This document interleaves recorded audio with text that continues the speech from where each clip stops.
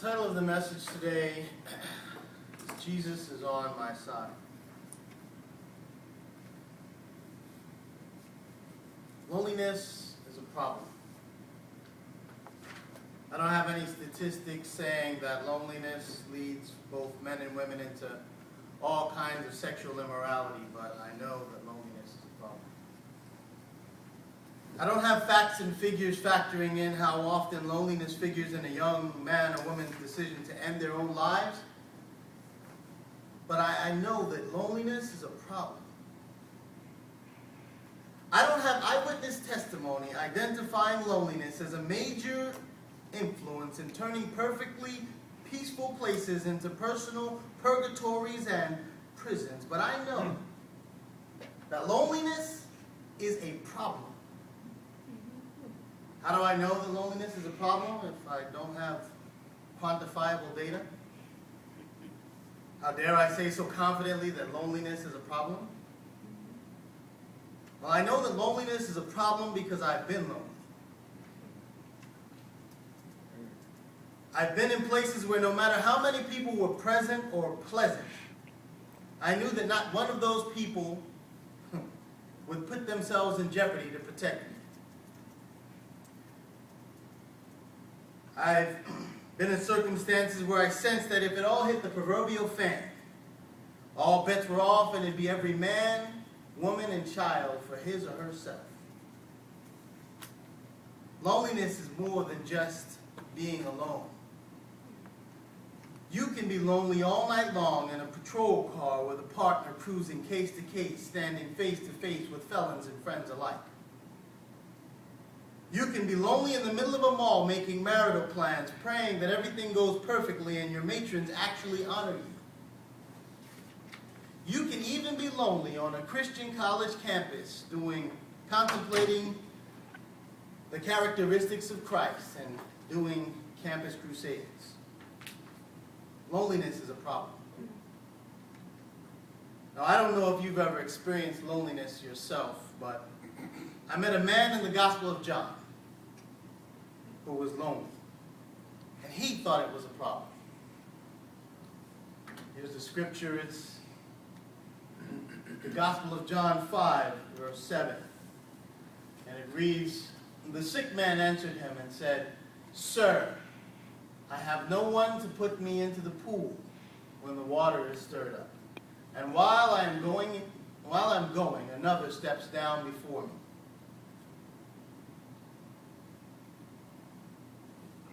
John calls him the sick man. Jesus went to Jerusalem for a Jewish festival and found his way to a pool by the sheep gate called Bethesda.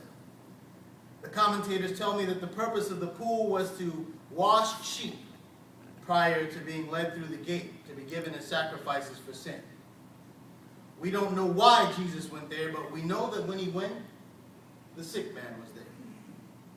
In fact, there were many of what John calls invalids lying around the porticos or porches, prepared to capitalize on the opportune moment when the water was troubled, to be the first one to plunge and be made whole.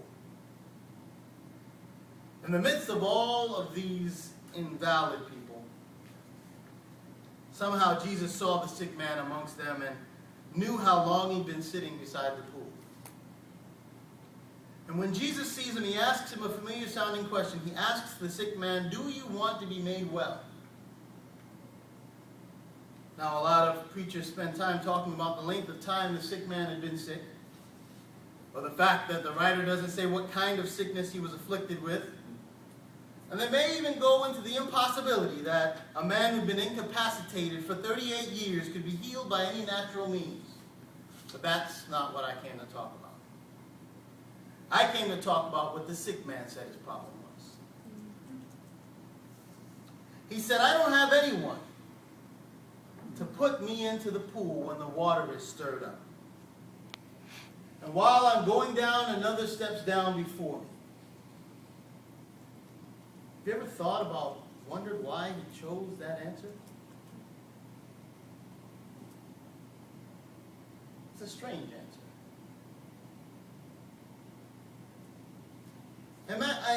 As I think about the scenario, I imagine He's lying by the pool for as long as he'd been, and he must have been consistently swatting and protecting his nasty, festering bed sores from flies and vermin. Why didn't he say, well, sir, look at these smelly sores. Of course I want to be made well. In my mind's eye, I see that having been incapacitated for so long, his legs had begun to look so thin and fragile that his kneecaps appeared large and out of place. Why didn't he say, sir, look at my legs? I used to run like the wind when I was a little boy. Yes, I want to be made whole.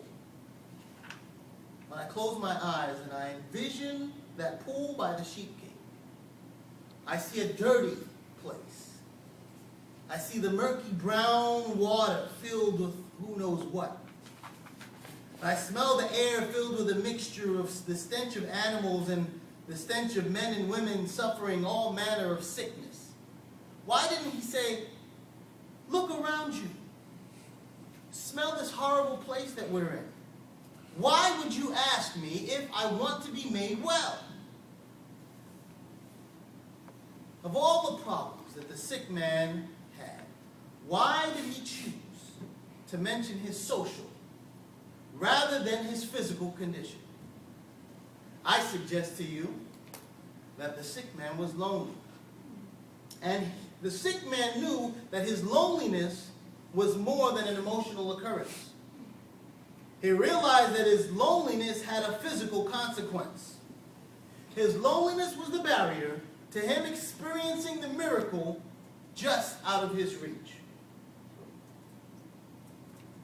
Had he had some friends like the paralytic man did, who dug a hole in the roof to lower him down, I believe the sick man would have been healed years ago.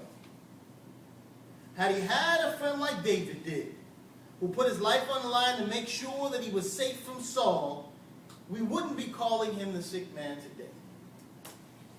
I wonder if he thought to himself, I heard that there was supposed to be a friend that sticks closer than a brother. If only I could have one of those. The problem with the sick man is that he had been so focused on what he didn't have that he didn't realize what he had. Standing right next to him was a friend better than the friends the paralytic had. The man who come to see him was more faithful than Jonathan ever was. The one who was standing by his side is the friend that sticks closer than a brother. You may ask, well, what does this have to do with me? That's interesting and very nice picture, but what does this have to do with me? Well, I want you to think back to the last time you were lonely. I want you to think back to a time when you didn't have anyone to help you. Think back to a time when you were sick and there was no one willing to take care of you. Think back to a time when your friends turned their backs on you when you needed them the most. Think back to a time when family members and lovers let you down. Think about a time when even you couldn't count on yourself.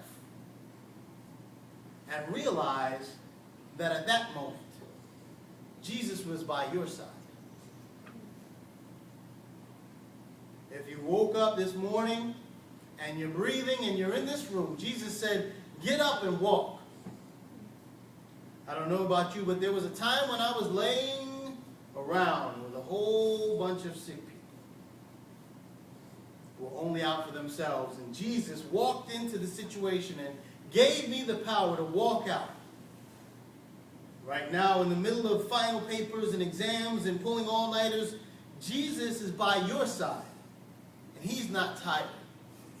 And if there ever comes a time when you are lonely again, realize that he will be by your side and he will give you the power to do what you need to do to be made whole.